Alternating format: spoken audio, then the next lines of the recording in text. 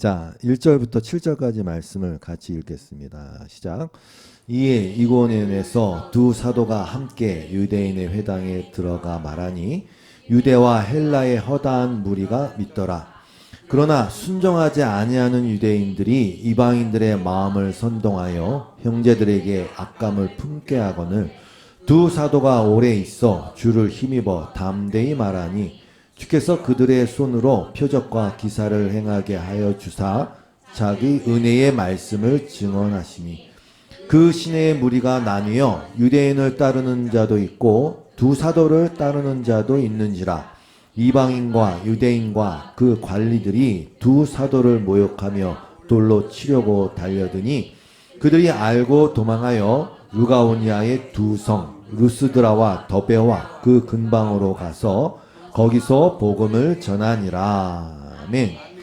우리가 지난 시간에 그 비시디아 안디옥에서 복음을 전하다가 쫓겨난 바울과 바나바의 이야기를 나눴어요. 잠시 보면 13장 49절 이하죠.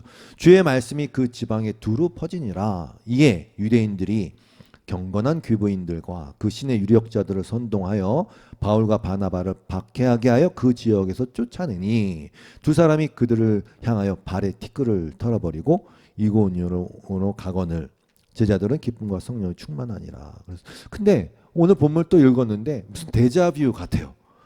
네. 그냥 뭐야 이거 여기서도 그러네 여기서도 그러네 데자뷰 같아요. 여러분들 그런 경험 있으시죠? 뭐 오늘 뭔가 내가 만나거나 뭔가 어디 갔는데 언젠가 갔던 것 같은 그런 느낌.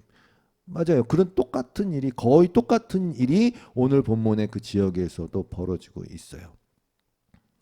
오늘 본문에서 보듯이 이고니온으로 건너와서 복음을 전하다가 여기서도 역시 도망치듯 여기 본문에 보니까 도망하여 이렇게 나와 있네요. 도망치듯 쫓겨나는 일이 벌어졌어요. 도대체 왜 이런 것일까? 왜 복음이 전해지면 이런 일들이 반복되는 것일까? 그래서 이 부분을 좀 묵상하게 됐습니다. 성도 여러분, 말씀이 그 진리가 복음이 떨어지는 곳에는 늘 분리가 일어났어요. 뭐 단순하게 생각하면 그래요. 그렇지 뭐 말씀을 전하면 거기 믿는 사람이 있고 안 믿는 사람이 있으니까 그렇게 분리가 일어나는 거지 뭐 틀린 말은 아니지만 그런 말씀을 드리는 게 아니에요. 말씀에 대한 반응이라는 차원에서 당연히 두 가지가 있죠. 믿던가 안 믿던가. 그거 말씀드리는 거 아니에요. 저는 지금 하나님의 창조 섭리와 하나님의 구원 섭리라는 면에서 말씀드리는 거거든요. 창세기 때부터 그랬다. 그걸 말씀드리는 거예요. 태초에 말씀이 계셨죠? 요한복음 1장 1절 말씀처럼 태초에 말씀이 계셨어요. 이 말씀이 하나님과 함께 계셨으니 이 말씀은 곧 하나님이세요. 그가 태초에 하나님과 함께 계셨고 만물이 그로 말미암아 지은 바 되었으니 지은 것이 하나도 그가 없이는 된 것이 없어요. 말씀이 계셨고 그 말씀으로 이 세계가 만물이 지으심을 받았습니다. 그 말씀이 떨어졌습니다. 근데 여러분 아시다시피 창세기의 시작은 1장 2절부터 그냥 땅이 혼돈하고 공허하고 흑암이 깊음 위에 있는 것으로 시작했어요. 그 위에 하나님의 영이 수면 위를 운행하셨어요. 하나님의 영이 움직이셨어요. 그 상태에서 하나님의 말씀이 떨어졌단 말입니다. 있어라 있어라. 요한복음 1장 1절의 말씀 태초에 말씀이 있었단 말입니다. 그 말씀이 떨어졌단 말입니다. 하나님의 영이 움직이셨단 말입니다. 그때 이제 분리가 일어나기 시작하지 않습니까? 1장 3절 하나님이 이르시되 빛이 있으라 하시니 빛이 있었고 이게 정말 딕셔너로 해가지고 빛이 있어라 이렇게 했다는 말이 저는 아니라고 생각합니다. 무슨 언어로 했어요? 뭐 거기 그때 히브리어도 없었고 헬라어도 없었고 뭐 한글도 없었고 아무것도 없었는데 언어라는 게 없었는데 무슨 하나님의 의미 뜻이 선포되었다는 뜻 아닙니까? 말씀이 그 말씀 이해가 안 되시나? 영어로 했어요? 빛이 있으라는 하나님의 뜻이 그 말씀이 선포됐을 때 빛이 있었고 빛이 하나님 보시기에 좋았더라. 그때 빛과 어두움이 나눠졌어요. 빛과 어둠이 나눠졌어요. 그러니까 이렇게 생각하셔야 돼요. 아니 그냥 처음에 창조했을 때 빛과 어둠을 창조했다 이렇게 하지 않고 왜 시작을 혼돈과 공허와 흑암 가운데 빛이 있고 그로 인해서 나누어지냔 말입니다. 왜 나누어지냔 말이면 동시에 창조하면 되지. 마찬가지예요. 6절 말씀도 하나님이 이르시되 물 가운데 궁창이 있어 물과 물로 나뉘라 하시니, 아니 그냥 두 가운데로 만들면 되잖아요. 창조했다 이렇게. 계속 나뉘는 역사가 일어나지 않습니까? 말씀이 떨어지고 계속 분리가 일어난단 말입니다. 우리가 창세기 1장 2절 말씀을 보면서 유념해야 할 게 뭐냐면 그 시작이 혼돈과 공허와 흑암이었다는 겁니다. 여러분 분명히 하나님은 분명히 그 시간에도 그 순간에도 계셨어요. 아니 하나님의 시작이 우린 뭔지 모르니까 하나님은 그냥 계셨어요. 그 말이 맞아요. I am who I am. 나는 있었다, 있었어요. 있다, 현재형이에요. 있어요. 하나님 계세요. 언제? 혼돈과 흑암과 공허가 있을 때. 이게 중요한 사실이란 말입니다. 하나님이 없어서 갑자기 혼돈과 공허와 흑암이 있었는데 하나님이 짠하고 나타나서 안 되겠다, 빛이 있어야지 하고 한 게 아니라 영원부터 계셨던 하나님의 섭리 안에 모든 것이 있었는데 그때 이 시작이 혼돈과 공허와 흑암이었다니까요. 하나님 계셨어요 그때도. 그래서 이 이사야가 말한 거예요. 하나님의 성령이 힘입어서 말한 거예요. 나는 빛도 짓고 어둠도 창조하며 나는 평안도 짓고 환란도 창조하노니 난 그게 여호와다는 거예요. 그게 여호와다. 그게 나다. 이 모든 일을 행하는 자가 나다. 그게 나다란 말입니다. 그러니까 우리는 자꾸 그렇게 얘기해요. 계속 아까 기도 잘 하셨어요. 계속 우리의 수준에서 하나님이 이랬으면 좋겠다, 하나님 저랬으면 좋겠다 하니까 하나님 왜 하나님의 어둠을 창조하십니까? 이런 단순한 질문하는 거예요. 하나님은 늘 빛나고 하나님 늘 산신령같이 하나님 우리에게 늘 좋은 것을 주셔야 되고 그럴 책임과 의무가 있는 분이 당연히 그런 하나님이 되셔야지 무슨 어둠을 창조합니까? 그럼 창세기 잘못된 거예요. 왜 하나님이 있는데 혼돈과 공허와 흑암이 있냔 말입니다. 그럼 힘이 없었어요? 뭐 힘이 없어갖고 야 흑암아 지금은 오면 안 돼 이런 겁니까 지금? 아니라니까요.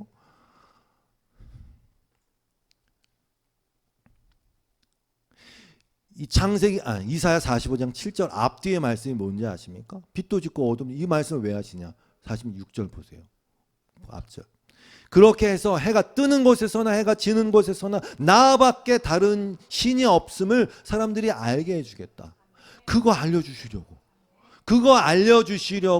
혼돈과 공허와 흑암 가운데서부터 출발하시는 거예요. 나는 주다. 그거 알려주시려고. 나밖에는 다른 이가 없다. 그거 알려주시려고. 그 뒷절이 뭔지 아십니까? 8절. 너 하늘아 위에서부터 의를 내리되 비처럼 쏟아지게 하여라. 너 창공아 의를 부어내려라. 땅아 너는 열려서 구원이 싹나게 하고 공의가 움돋게 하여라. 나 주가 이 모든 것을 창조하였다. 질그릇 가운데서도 작은 한 조각에 지나지 않으면서 자기를 지은 이와 다투는 자에게는 화가 닥칠 것이다. 진흙이 토기장에게 너는 도대체 뭘 만들고 있는 거냐. 우리가 하는 인간이 하는 게 바로 이거니까. 너는 지금 도대체 뭘 하고 있는 거냐. 너가 지금 만든 너에게 너는 손이 있으나 마나다. 뭐 이렇게 얘기하고 있지 않습니까? 하나님은 똥손입니다. 이렇게 얘기하고 있지 않습니까? 말은 이렇게 안 하지. 하나님 제발 이것을 해주십시오. 저 필요합니다. 안 되면은 하나님 왜 안 됩니까? 그게 하나님은 똥손이에요. 이 말하고 같은 얘기란 말입니다. 그럴듯하게 포장하지 마세요. 신앙으로. 예? 하나님 외엔 다른 이가 없어요. 여러분도 아무것도 없었어요. 저나 여러분이나 아무것도 없어요. 하나님은 하나님을 알게 해주시기를 원하세요. 그리고 그 하나님을 알고 그 하나님과 영원한 관계 속에서 하나님을 영원히 누릴 자들을 지금 창조해 내시는 과정이에요. 이 모든 과정이. 그리고 그 창조의 과정은 말씀드렸다시피 혼돈과 공허와 흑암에서 어둠에서 그들을 분리해내시는 것으로 다 보여줬지 않습니까? 그게 왜 창조의 과정인지를 곰곰이 생각해 보세요. 창세기 1장부터 왜 하필이면 거기서 그게 재창조의 과정, 즉 영생의 과정이 바로 그거라는 것을 알려주시는 것이란 말입니다. 그게 사실이고 팩트고 진리예요. 결국 하나님의 형상으로 지음을 받은 자들, 하나님의 형상으로 지음 받았어요. 가능성. 그들의 문제는 뭐냐면 자신이 하나님이라 착각하는 데 있어요. 하나님께서만이 그들을 살리고 그들에게 영생을 주기 위해서라도 그 망상을 지금 이사야 45장 9절에 나와 있는 이 망상을 구원하시고 영생을 주시기 위해서라도 하나님과 올바른 관계 안으로 끌어들이시기 위해서라도 그 망상을 깨뜨리셔야 된단 말입니다. 우리는요 질그릇 가운데서도 한 조각에 지나지 않는 자들이 맞아요. 하나님만이 의를 뭐라고 그랬어요? 하나님만이 의를 내리시고 비처럼 의를 부어주시고 하나님만이 구원을 싹나게 하시는 분이란 말입니다. 그걸 한마디로 하면 하나님이 창조주세요. 오늘 어떻게 기도를 그렇게 잘하셨어요? 하나님이 창조주세요. 그 의미를 잘 생각하세요, 여러분. 이런 게 아니에요. 오, 하나님, 제가 피조물들 보니까 하나님 너무 멋지시게 만들었을 때, 와, 하나님 창조주. 거기에 머물지 말란 말입니다. 창조주란 말의 뜻은 모든 것의 권한을 가지고 계신 분이란 뜻이에요. 뭐 미술 작가가 미술품 만들듯이 하나님 대단하신데요. 창조주십니다. 그런 의미가 아니에요. 그거보다 더 깊은 의미가 있단 말입니다. 창조주는 모든 것의 권한을 갖고 계신 분이란 뜻이에요. 다 여러분에 대해서, 저에 대해서, 모든 것에 대해서. 근데 그게 안 되잖아요. 그러니까 하나님 지금 뭘 하고 계시고 똑바로 못해요. 손이 있으신 거예요? 없으신 거예요? 이게 지금 하나님 계속 분리해내시는 거예요. 그래서 처음에 흑암에서 분리해내시는 거예요. 그래서 아브라함을 그 바벨론 땅에서 분리해내셔갖고 근데 뭐라 그러셨어요? 아시잖아요. 아브라함의 믿음의 조상으로 세우시면서 그에게 복을 주시되 시작을 어디서 합니까? 400년 동안 종살이 하는 데부터 시작할 것이다. 거기서 내가 분리해낼 것이다. 하나님 계속 그걸 보여주시는 말입니다. 왜? 자기가 누군지 알아야 되니까. 우리는 뭐라고요? 뭐라 그랬어요 지금? 질그릇 가운데서도 한 조각에도 지나지 않는 자고 우리는 사실 우리 자체가 혼돈과 공허와 흑암과 무의 상태라는 것을 아는 데서 출발을 해야 하나님의 은혜가 뭔지도 알고 할 거 아닙니까? 에베소서 2장의 1절 이하의 말씀이 그거예요. 하나님은 허물과 죄로 죽었던 너희를 살리셨도다. 그거예요. 그때의 너희는 그 가운데서 행하여 죽었는데 어떻게 행하여? 우린 다 좀비 같은 존재. 그래서 하나님 모르면 다 좀비가 다 죽은 건데 다 살아있는 척하고 막 이러고 다니니까 좀비 역할 시키면 좀 잘할 것 같은데 막 얘기해가지고. 너희는 그 가운데서 행하여 이 세상 풍조를 따르고 공중의 권세 잡은 자를 따랐으니 곧 지금 불순종의 아들들 가운데서 역사하는 영이라. 전에는 우리도 다 그 가운데서 우리의 육체의 욕심을 따라 지내며 육체와 마음에 원하는 것을 하며 다른 이들과 같이 뭐라고요? 본질상 진노의 자녀이었더니 긍휼이 풍성하신 하나님이 우리를 사랑하신 그 큰 사랑으로 인하여 허물로 죽은 우리를 그리스도와 함께 살리셨단 말이죠. 요약하면 너희는 은혜로 구원을 받았다. 이거 아닙니까? 그래서 말씀이 딱 떨어지면 두 가지를 정확하게 말씀이 얘기해 줍니다. 첫 번째, 너희 인간들의 본질이 뭔지를 얘기해 주는 거고 본질상 진노의 자녀인 그들에게 떨어진 하나님의 긍휼이 뭔지를 얘기해 주고 딱 두 가지를 얘기하는 거예요. 말씀이. 그래서 그 사랑과 은혜를 깨닫게 된단 말이죠. 혹자는 이렇게 생각할 수 있어요. 야, 지금 하나님이 각본을 써갖고 뭐 했다가 막 꺼내줬다가 자작극을 펼치시네 하나님.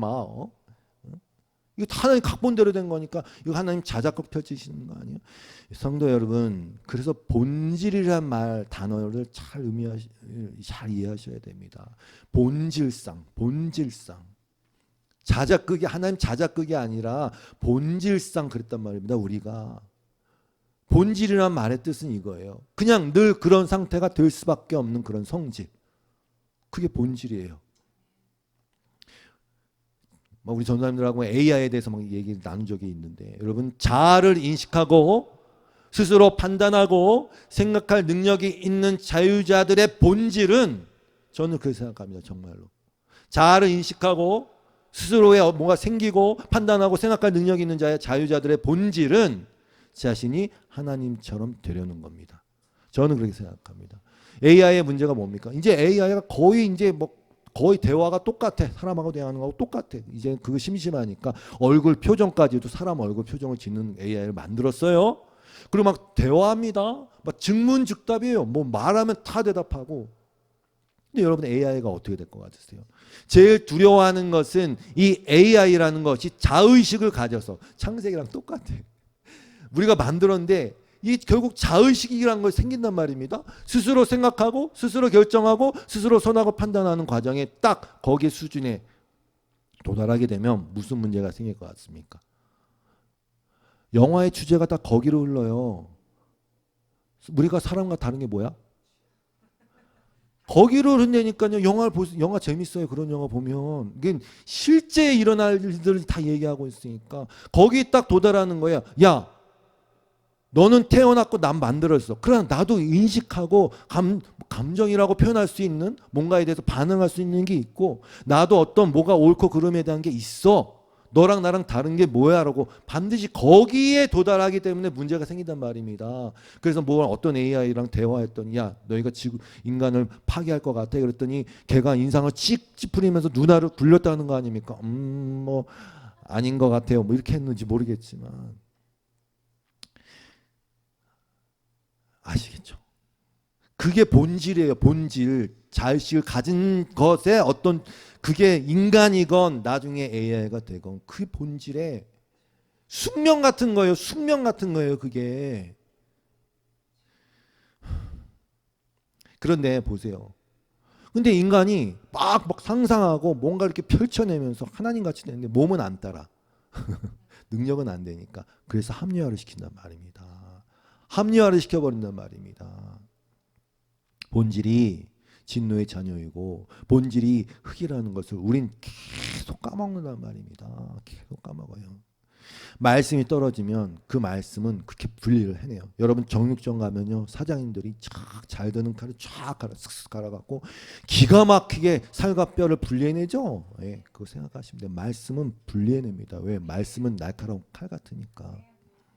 예수님이 그랬잖아요. 마태복음 10장 34절에 나는 화평을 주러 온 게 아니다. 너희 칼을 던지러 왔다. 칼을 던지러 왔다 그랬어요. 그 다음에 그래서 바로 35절에 얘기하지 않습니까? 막 분리가 일어나. 나는 사람이 자기 어머니와 아버지와 맞서게 되고 딸이 자기 어머니와 맞서게 가족의 불화가 일어난다는 것이 아니라 아무리 인간적인 관계가 있고 뭐 혈육이고 뭐건 간에 말씀이 떨어지면 가장 가까운 것이라도 분리를 해낼 수 있는 게 말씀이 될 수밖에 없다는 것입니다. 그 일이 일어나야 된다는 뜻입니다. 안 그러면 다 죽으니까. 그래서 칼을 주러 오신 거지 뭐 칼로 다 죽여버릴까 뭐 그런 게 아니지 않습니까? 그래서 바로 분리를 얘기하는 거예요. 말씀이신 예수님이 오셨어요. 진리신 예수님이 오셨어요. 늘 분리가 일어나요. 말씀은 살아있고 운동력이 있고 힘이 있어요. 그래서 양날 칼보다 더 날카로워서 사람 속을 꿰뚫어 버려가지고 혼과 영을 갈라냅니다. 이건 너무 놀라운 말씀이에요. 이건 저는 진짜 혼과 영을 갈라낸다는 표현이 너무 놀라운 것 같아요. 왜? 걔는 거의 붙어있다고 생각하거든요. 여러분이 신앙생활하면서 여러분의 영혼과 여러분의 이성, 감정 뭐 영과 혼이 사실은 거의 혼재되어 있다고 느끼실 때가 많아야 정상인 거예요. 우리는 그게 막 혼재되어 있어서 이게 내 감정인데 성령의 감정이라고 착각할 때가 있고 이건 분명히 성령이 주시는 생각인데 그냥 나의 이성적 생각이라고 여러분 착각할 때가 있어요. 뭐 걱정하실 필요는 없어요. 하나님 다 아시고 인도하여 가세요. 그러나 그건 알고 계셔요. 그러나 말씀은 그 혼과 영을 갈라내고 관절과 골수를 갈라놓기까지 하며 마음에 품은 생각과 의도를 밝혀내는 거예요. 말씀은 갈라냅니다. 근데 문제는 이거예요. 그 다음 절에 아무것도 하나님 앞에 숨길 게 없다는 말씀이 뒤따라오지 않습니까? 문제는 이거예요. 아무것도 숨길 수가 없어요. 그러나 우리는 숨기고 싶은 거지. 두 가지 방법이 있어요. 하나는 열심히 무덤에다 페인트 칠하는 방법. 열심히 외칠하고 열심히 향수 뿌리는 거지.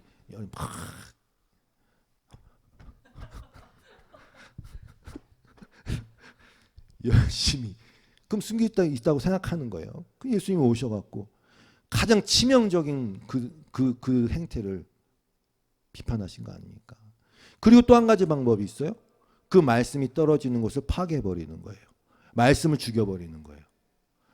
죽여버리는 방법은 여러 가지가 있어요. 말씀을 희화한다든지, 말씀을 왜곡한다든지, 말씀에 인간적 액센트를 탁탁탁탁 넣어갖고 말씀을 약화시킨다든지, 아니면 그 말씀을 전한 자를 죽여버리든지.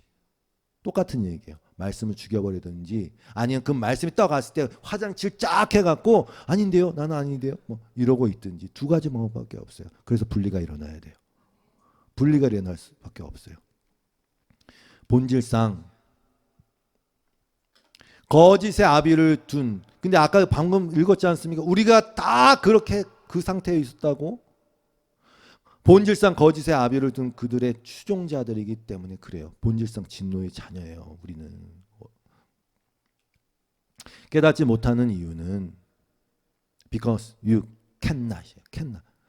말을 알아들을 수 있는 그런 게 없어요. 왜? 본질상 진노의 자녀이니까. 너희는 너희의 아비 마귀에게서 났으니 너희 아비의 욕심대로 너희도 행하고자 하는지라. 아까 우리가 읽었던 에베소 2장 4절 말씀과 연결시켜야 되면 3절 말씀과 연결시켜야 돼요. 전에도 우리는 다 그 가운데서 우리 육체의 욕심을 따라 지내며 육체와 마음에 원하는 것을 하며 이렇게 했단 말입니다. 그는 처음부터 살인한 자요 진리가 그 속에 없으므로 진리에 서지 못하고 거짓을 말할 때마다 제 것으로 말하나니 이는 그가 거짓말쟁이요 거짓의 아비가 되었습니다. 그러니까 여러분 말씀이 날마다 여러분께 더 깊이 묵상되어지길 원해요. 여기 그냥 이렇게 서술되어 있어 쭉 읽어가는 것이 있죠. 거짓을 말할 때 제 것으로 말하나니 이거 한번 묵상해 보세요. 도대체 거짓이라는 게 뭔지. 인간이란 존재가 자기의 어떤 것으로 말하는 게 거짓이라고 하지 않습니까? 제 것으로 말하나니 이는 그가 거짓말쟁이요 거짓의 아비가 되었습니다. 내가 진리를 말함으로 너희가 나를 믿지 못한도다. 진리를 말하지 않았으면 믿을 수도 있겠구나라는 뜻입니다. 그러면 성도 여러분, 그러니까 한 가지 또 말씀드려야 될 게 있어요. 우리 가운데는 정직한 사람이 많은데 지금 무슨 소리냐, 우리가 왜 거짓의 아비를 따르는 자들이냐, 그의 자식들이냐. 얼마 전에 뉴스 다 보셨을 거예요. 전 국가대표 여자 펜싱 선수의 결혼 이야기가 쫙 도배가 된 적이 있어요. 얼마 안 됐어요. 큰 이슈가 됐어요.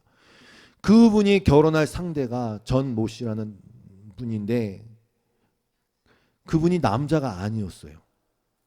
여자였기 때문에 큰 충격을 다 받았어요. 뭐 그분이 또 그 사람이 또 엄청난 사기를 쳐서 또 큰 충격을 받았어요. 근데 더 큰 충격은 근데 어떻게 이 사실을 모르고 결혼하겠다 할 수 있는 거지? 막 이런 막 충격을 받았단 말입니다. 누구 개인을 비난하려는 게 아니에요. 이 말씀 하려는 거예요. 보세요. 그 전모 씨라는 사람이 그 사람의 행동 중에 진실한 행동이 하나도 없었겠습니까? 뭔가 그래도 뭔가 다른 사람이 모든 사람이 하는 그냥 절차에 따른 어떤 진실된 행동도 했을 것 아닙니까? 근데 우리가 알아야 될 사실은 이거예요. 그가 진정 자기가 아닌 다른 사람 행사를 하면서 한 모든 행위는 다 사기예요, 여러분. 아무리 선행을 해도 그것은 큰 의미에서 사기예요. 왜? 그 사람은 자기 자신 자체를 속였기 때문에. 여러분 내가 무슨 뭐 서류 막 뭐 했어요, 뭐 계약했어요. 근데 내가 내 이름으로 안 한 거는 그 계약이 아무리 탄탄해도 다 사기란 말입니다. 내가 아닌데 나인 척 했으니까.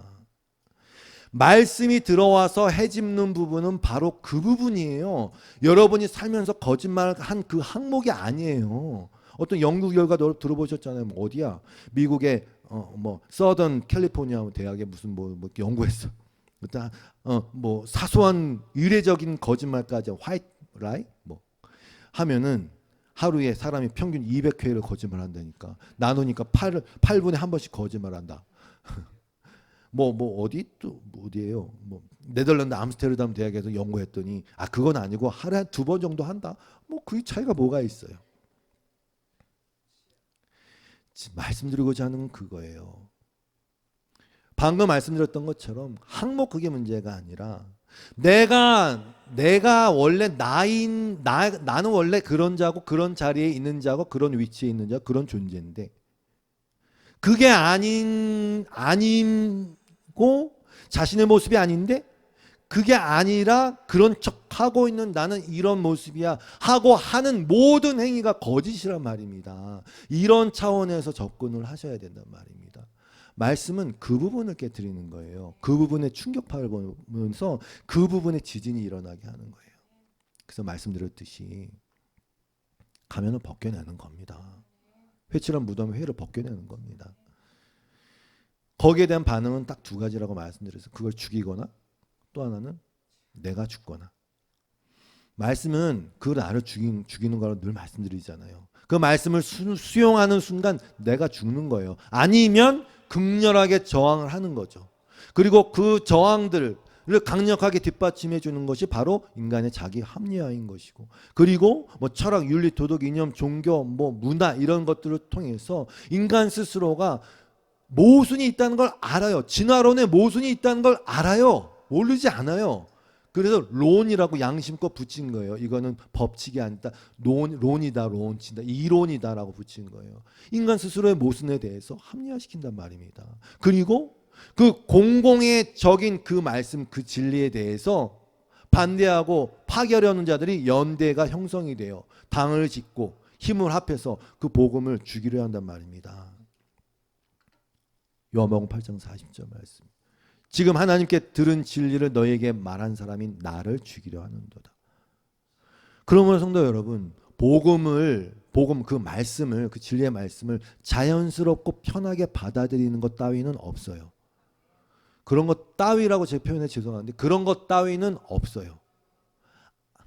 지금 아멘 하는데 맞아요. 아멘이요. 아멘은 두 가지가 있어요. 하나는 지식적 동의의 아멘이 있어요. 그거 내가 아는 건데, 그거 내가 아는 건데, 나도 그렇게 생각하는 건데. 근데 여러분이 하는 아멘은 좀 다르잖아요. 진정한 아멘은 그 말뜻 그대로, 그 진리 그대로, 예수님의 말씀 그대로, 선포되어진 말씀 그대로 정말 그렇게 되길 원합니다. 그것이 맞습니다. 그리고 거기 안에 아멘 안에는요 반드시 회개가 들어갈 수밖에 없어요. 그 말씀이 맞고 그 말씀대로 이루어질 것인데 나는 아직 잘 안 돼요. 그렇지만 정말 성령의 도우심과 감화로 그 말씀이 맞다는 것을 내가 어떻게 알아먹었기 때문에 나는 정말 그렇게 되어지길 원합니다. 나를 도와주소서. 그런 동의와 회개와 소망이 들어간 게 아멘이에요. 그 아멘이 충만하시길 바랍니다. 그렇게 비시디아 안독에서 이제 쫓겨났어요. 사도들 발에 먼지를 떨었다 그랬어요. 근데 기쁨과 성령이 충만했어요. 이 말씀을 또 묵상하다 보니까 기쁨과 성령이라고 두 단어로 표현했지만 저는 그냥 한 단어로 들어왔어요. 성령으로 인한 기쁨, 성령이 주시는 기쁨이란 말로 들어왔어요. 맞아요.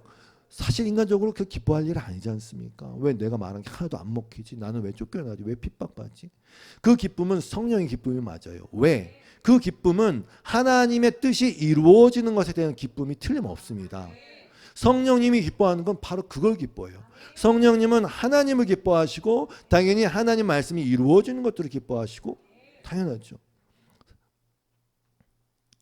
사도들은 그 말씀이 떨어졌을 때 뭐 예수님도 다 말씀해 주신 거예요. 너희가 내 이름으로 핍박받을 것이다. 뭐 등등도 다 알아요. 그 말씀이 떨어졌을 때 어떤 일이 일어나는지를 알고 있었기에 그 하나님의 말씀과 뜻이 이루어지는 것에 대한 성령의 기쁨일 것입니다. 그런데 그건 참 이상한 기쁨이 맞아요. 여러분 보세요. 여러분 그런 경우 하실까요? 분명히 내가 지금 망해가고 있고 내가 지금 세상적으로 봤을 때 죽어가고 있는데 막 기뻐. 그건 미친 게 아니라 여기 나와 있는 그 성령의 기쁨이 맞아요. 그게 하나님의 약속대로 말씀대로 이루어져 가고 있는 거를 심지어 내가 망해가고 있어도 그게 이루어져야 되는 거구나 하면서 그걸 기뻐하는 거라니까요. 그리고 이게 죽는 것 같아도 죽는 게 아니고라는 걸 말씀을 통해 아니까 이게 내가 진짜 생명을 얻어가는 거구나 라는 것을 아는 것을 성령을 통해서 누리는 기쁨이죠. 성령님은 그래서 계속 우리에게 소망을 부어주시고 하나님의 사랑이 뭔지에 대한 것들을 계속 부어주세요. 사랑이 실제 그냥 어이구 이거 말고 진짜 사랑하셔서 내 안에서 뭔가 깨뜨려지고 박살나고 새로워지는 과정이 뭔지에 대한 그 사랑을 부어주신단 말입니다. 그래서 우리로 하여금 부끄럽지 않게 하신다고 성경이 얘기하고 있지 않습니까?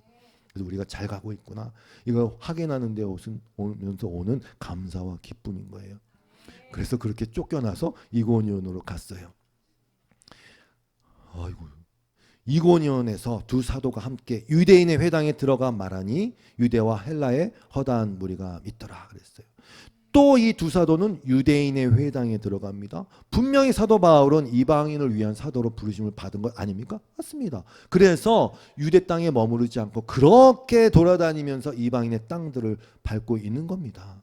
그럼에도 불구하고 그 복음의 기초는 구약 말씀이에요. 당연히 그 당시 신약도 없었지만 복음 굿뉴스인 이유는 그 복음이 필요한 상태, 즉 안 좋은 상태이기 때문에 그 소식이 좋은 소식인 거 아닙니까?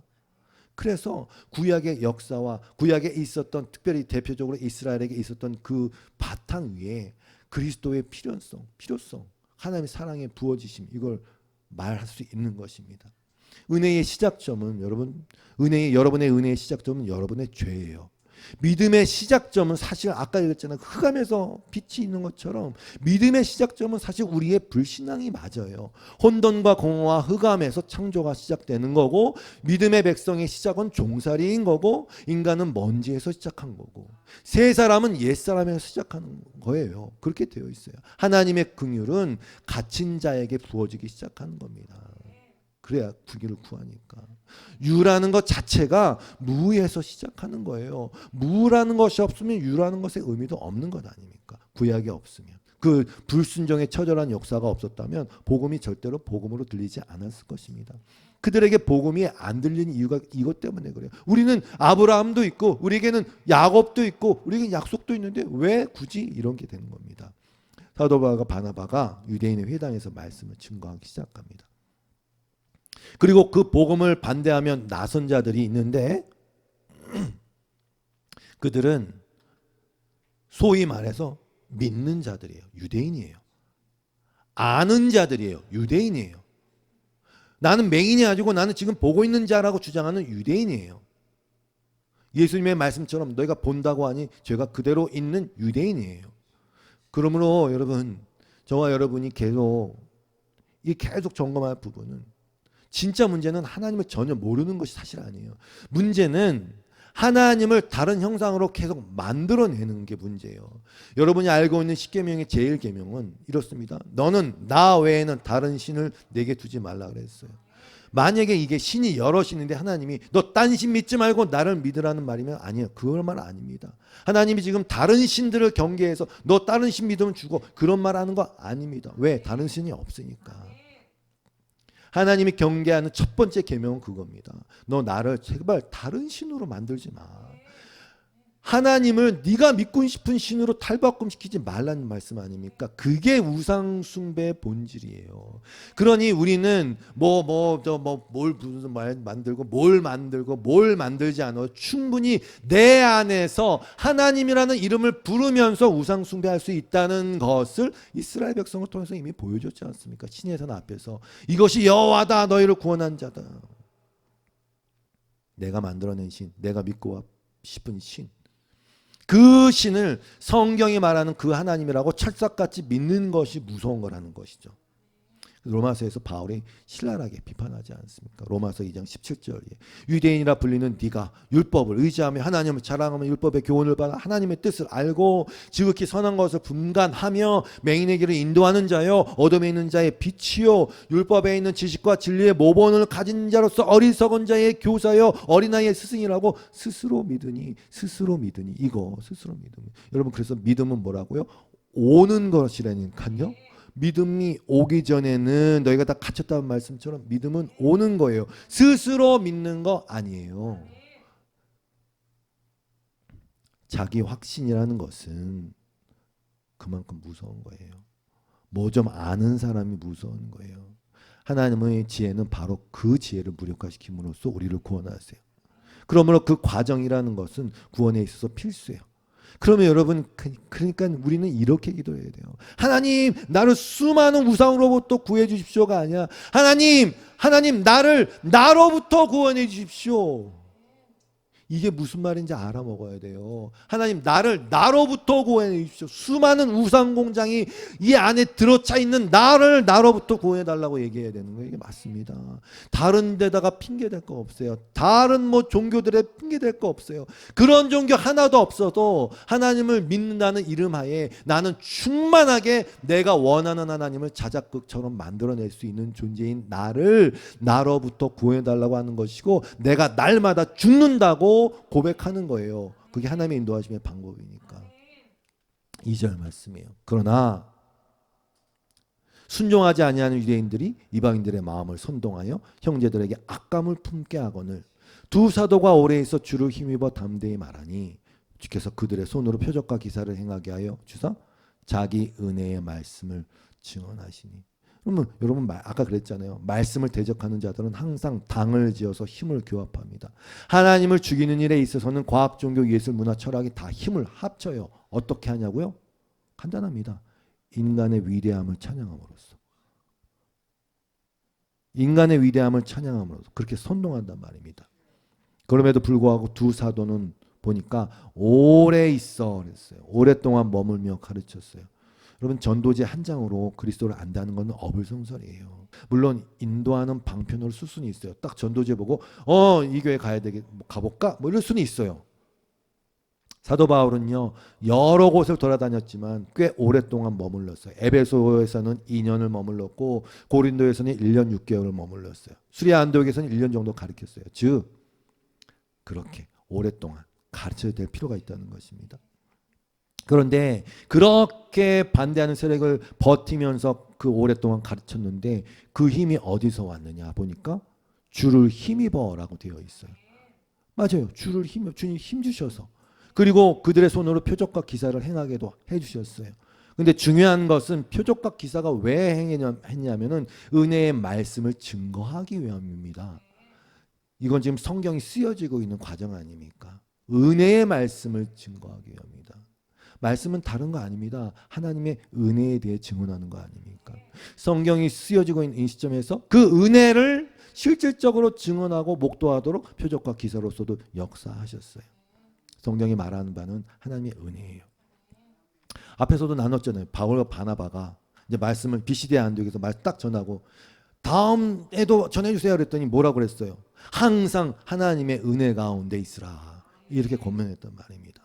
그런데 주를 힘입어라고 번역된 이 문장이 에피토 퀴리오였거든요. 에피는 전치사예요. 이 전치사의 뜻은 뭐를 향하여 또는 뭐에 대하여라는 뜻도 있습니다. 그래서 몇몇 영어 번역에서는 주를 위하여 담대히 전했다 또는 주에 관하여 담대히 전했다 이렇게 번역을 했어요. 근데 묵상하면서 이런 생각이 들었어요. 주님께서 어떻게 이들에게 힘을 주셨을까? 성도 여러분, 주님을 말하면 힘이 생겨요. 주님을 기뻐하는 게 힘이라 그러잖아요. 성경 여호와를 기뻐하는 게 힘이다. 마찬가지예요. 주님을 말하는 게 힘이 생겨요. 이상하게도 주님을 말하고 그 은혜의 진리를 선포하는 것이 우리에게 힘이 되는 겁니다. 진리를 선포하는 게 곧 힘이에요. 그러니까 주를 예배하는 게 여러분에게 힘이 되는 거예요. 그 자체가 그래요. 그건 원리를 따지자면 이래요. 여러분 안에 계신 성령님이 하나님을 향하여서 드려지는 진정한 예배와 이것 때문에 기뻐하시거든요. 아까 얘기했던 성령의 기쁨. 진리의 말씀이 우리를 힘있게 한단 말입니다. 뭐 자기 암시 이런 거 아닙니다. 성령이 내주하고 계시다는 증거란 말입니다. 그래서 바울은 지금 막 힘들어도 막 주 예수를 전하고 있지만 중요한 사실은 바울이 지금 그걸 하면서 사실은 자기가 계속 참된 양식인 예수 그리스도를 먹고 있는 중이거든요.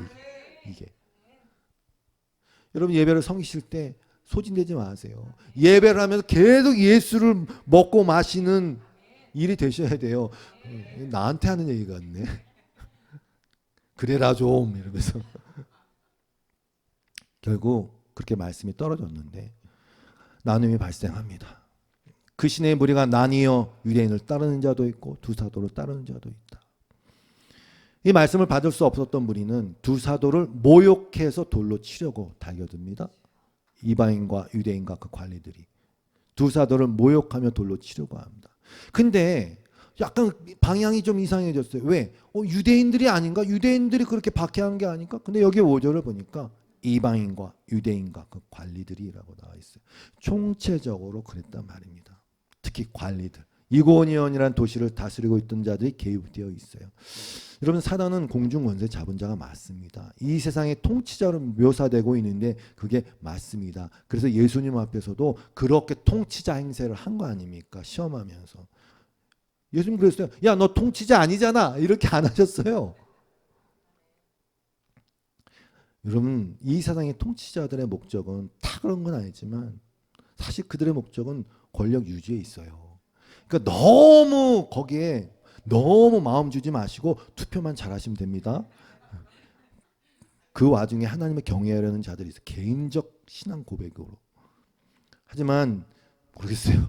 정치 얘기는, 정치는 그리 유쾌하거나 거룩한 것이 못 되는 것 같긴 해요. 거기에서 진짜 제대로 살아남은 분, 여러분 존경을 보내셔야 마땅할 것 같아요. 연예계도 마찬가지고. 아무튼 이 통치자들은 대다수의 사람의 의견을 자꾸 존중하려고 해요. 왜냐하면 그들의 힘을 얻어서 권세를 유지하려고 하니까. 복음이 유대인과 이방인에게 다 선포되어지지만 반대하는 건 역시 이방인과 유대인을 가리지 않습니다. 그저 인간의 본성에, 복음이 인간의 본성에 역행하거든요. 복음은 그것을 부인하거든요. 그러니까 그 복음이라는 것은 역시나 인간 전체의 반감을 사기에 충분한 것입니다. 복음을 전하는 자들은 모욕합니다. 사단은 그렇게 역사해요. 왜? 인간이란 걸 아니까. 인간적 수치감과 모멸감을 주는 방법을 선택해요. 그래서 예수님을 다 발가벗겨서 십자가에 못 박은 거 아닙니까? 그런데 바울은 어떻게 하냐? 도망칩니다. 6절 말씀. 그들이 알고 도망하여 루가오냐의 두 성 루스드라와 더베와 그 근방으로 가서 거기서 복음을 전하니라. 사도 바울의 목적은 자신의 신앙을 증명하는 게 아니에요. 복음을 전하는 거예요. 뱀처럼 지혜롭고 비둘기같이 순결하라고 말씀하신 예수님이 그 말씀을 보냄을 받은 자들에게 한 거 아닙니까? 마태복음 10장 16절이야. 보라, 내가 너희를 보냄이 양을 이리 가운데 버는 것 같도다. 그러므로 너희는 뱀같이 지혜롭고 비둘기같이 순결하라. 사람들을 삼가라. 그들이 너희를 공회에 넘겨주겠고 그들의 회당에서 채찍질하리라. 어떤 이들은 사도 바울을 향해서 괜히 굴하지 않는 사도 바울의 모습을 보고 싶어 할 거예요. 거기서 물러나면 안 되지. 끝까지 싸워 이겨내야지. 우리가 속기 쉬운 부분이 그거예요. 그 역시 인간적 동기라는 거예요. 사도 바울이 고린도전서 15장에서 이 말씀을 했어요. 형제자매 여러분, 나는 감히 단언합니다. 나는 날마다 죽습니다. 이게 무슨 얘기일까요? 나는 날마다 죽어요. 나는 날마다 죽어요. 답이 32절에 나와 있어요. 사도 바울이 날마다 죽는다고 하는 것은 바로 인간적 동기에서 꾸준하게 나오려고 하는 나의 그 마음, 그 동기에서 날마다 죽는다는 얘기예요. 그래서 얘기하는 거예요. 32절에서. 내가 에베소에서 맹수와 싸웠다고 하더라도, 그럴 수 있잖아요. 순교자들 거기다 막 집어쳐 넣어갖고 맹수의 밥이 되게 했지 않습니까? 내가 그렇게 했다 치더라도 인간적인 동기에서 한 것이라면 그게 나에게 무슨 유익이 되겠습니까? 라고 얘기한 겁니다. 우린 자꾸 그 인간적 동기가 그게 인간적 동기인지 하나님의 동기인지 모르고 그걸 행할 때가 있어요. 33절. 속지 마십시오. 나쁜 동무가 좋은 습성을 망칩니다. 나쁜 동무가 뭘까요? 하나님을 향한 믿음의 삶을 사는데 마치 갈라디아 교회처럼 그 나쁜 동무는 계속 거기에다가 덧입히는 거예요. 인간적 동기에서 나오는 것인데 하나님의 뜻으로 덧입혀서 야, 네가 거기서 이렇게 버텨야 되지 않겠냐, 뭘 해야 되지 않겠냐. 그게 하나님의 뜻에서 나온 거면 그렇게 하세요. 그게 아니라 인간적 동기에서 나오는 것이라면 속지 마시기를 주님으로 축원합니다. 여러분은 망치니까.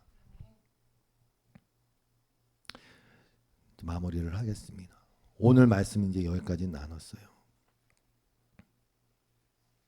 계속 분리가 일어나는 것들이 왜 그럴 수밖에 없는지. 그걸 단순히 안 믿네? 믿네 그 차원이 아니라 왜 하나님이 창조 그리고 재창조의 방법과 섭리를 그 방향으로 이끌어 가시는지, 그리고 본질상 우리가 누구인지 그런 것들을 나눴어요.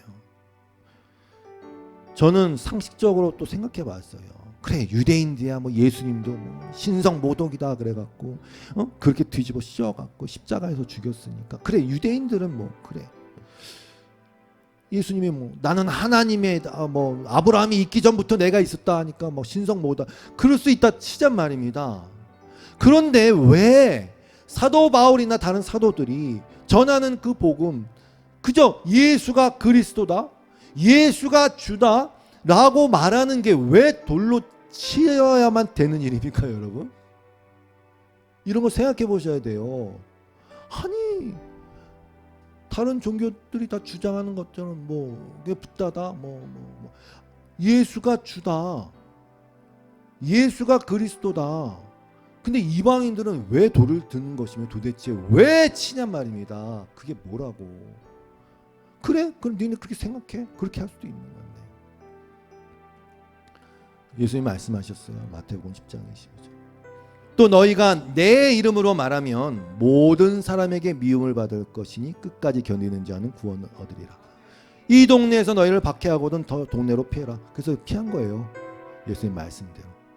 내가 진실로 너에게 이르노니 이스라엘의 모든 동네를 다 다니지 못하여서 인자가 오리라. 예수 이름으로 말미암아 모든 사람에게 미움을 받는데요. 그럼 물어봐야죠. 예수 이름이 뭔데 왜 모든 사람에게 미움을 받아야 돼? 왜? 교회도 맨날 막 선행하자 하고 사회 기부도 하고 선한 영향력을 끼쳐서 신문기사 한 줄에 교회 칭찬하는 것들은 굉장히 기분 좋아하잖아요. 근데 예수 이름이 뭔데 왜 모든 사람에게 미움을 받아야 되느냐? 이거죠. 뭐 에베소 1장 21절. 모든 통치와 권세와 능력과 주권과 이 세상뿐 아니라 오는 세상에 일컫는 모든 이름 위에 뛰어난 이름이거든요. 예수 이름이. 만물을 그 발 아래 복종하게 하시고 그를 만물의 교회의 머리로 삼으신 이름이거든요. 빌립보서 2장 9절의 말씀처럼. 이러므로 하나님이 그를 지극히 높여 모든 이름 위에 뛰어난 이름을 주신 거거든요. 그러면 어떻게 되냐? 하늘에 있는 자들과 땅에 있는 자들과 땅 아래에 있는 자들로 모든 무릎을 예수 이름을 꿇게 하시고 모든 입으로 예수 그리스도를 주님이라고 시인하여서 하나님 아버지께 영광 돌리게 하는 이름이거든요. 이유는 딱 한 가지인 거예요. 하늘 아래 두 왕은 없으니까. 자기가 왕이니까요. 뭐 이유가 뭐 있어요? 그게 아니면 왜 예수 이름으로 모든 사람에게 미움을 받냐는 말입니다.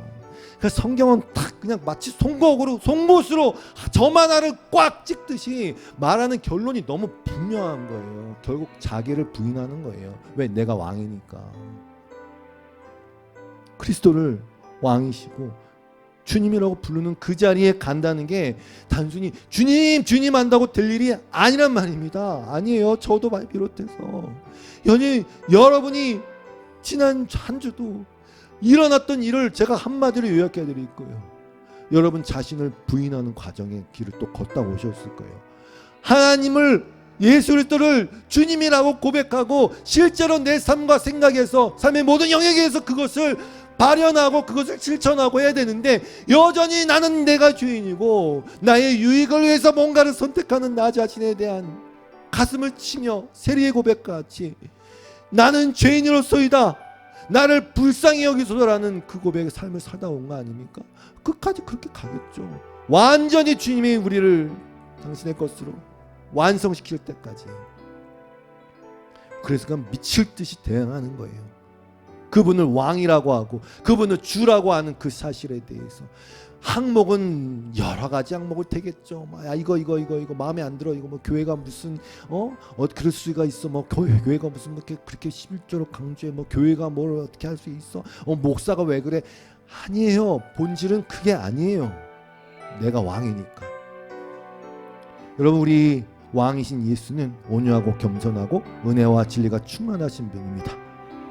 우리의 모든 삶이 은혜가 왕노릇하고 그 은혜의 왕이신 예수가 왕노릇하시기를 간절히 원합니다. 우리 찬양을 하고 마치겠습니다. 예수 우리 왕이여, 예수 우리 왕이여,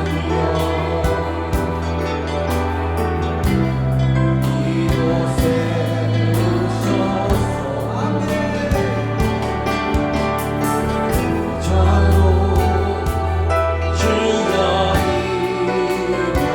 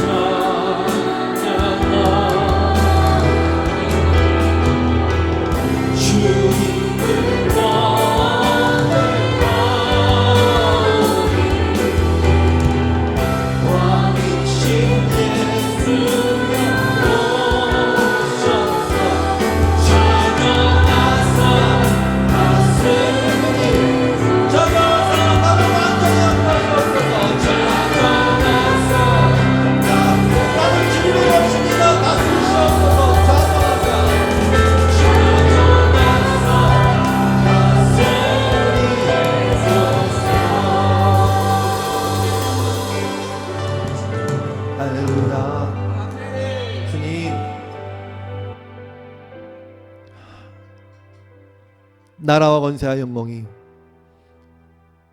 영원부터 영원까지 주님의 것입니다. 주님을 찬양합니다.